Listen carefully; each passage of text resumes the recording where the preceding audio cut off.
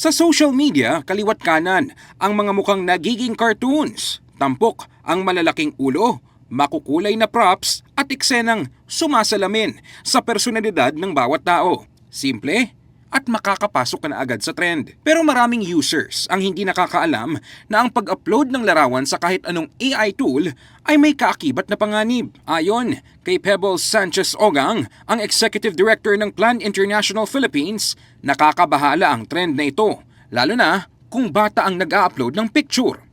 It's fun, but it's alarming and it's dangerous and it's scary because you're offering your image. You're offering yourself to the AI world. If it's a young child, if it's a child who's accessing that, then that means my photo can actually be used by the AI space, by the digital space, in any other photos. Madali na lang mag-superimpose ng picture ng isang bata sa isang, hindi na nga lang picture, pati video ngayon. So that is very dangerous and alarming. Kaya naman kasabay ng Safer Internet Day, nagbabala ang Department of Justice sa tumataas na kaso ng AI-generated sexualized images ng mga bata o yung mga larawang ginagawang sandata sa sextortion, grooming o pananakot sa mga minor de edad.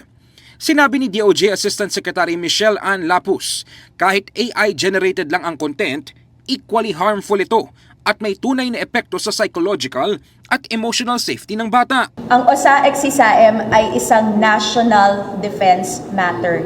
It is a national interest of the highest priority dahil ang pinag-uusapan po natin dito, kinabukasan ng ating bayan. Meron namang nagsasabing dahil AI lang naman, walang totoong batang ginamit. Ngunit ayon kay Council for the Welfare of Children Undersecretary Angelo Tapales, delikadong mindset ito.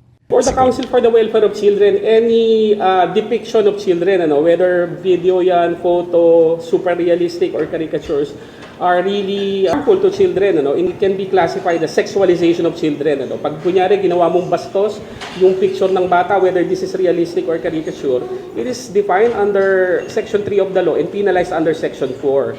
Habang patuloy ang trend, sinasabayan ito ng pamahalaan ng mas seryosong aksyon.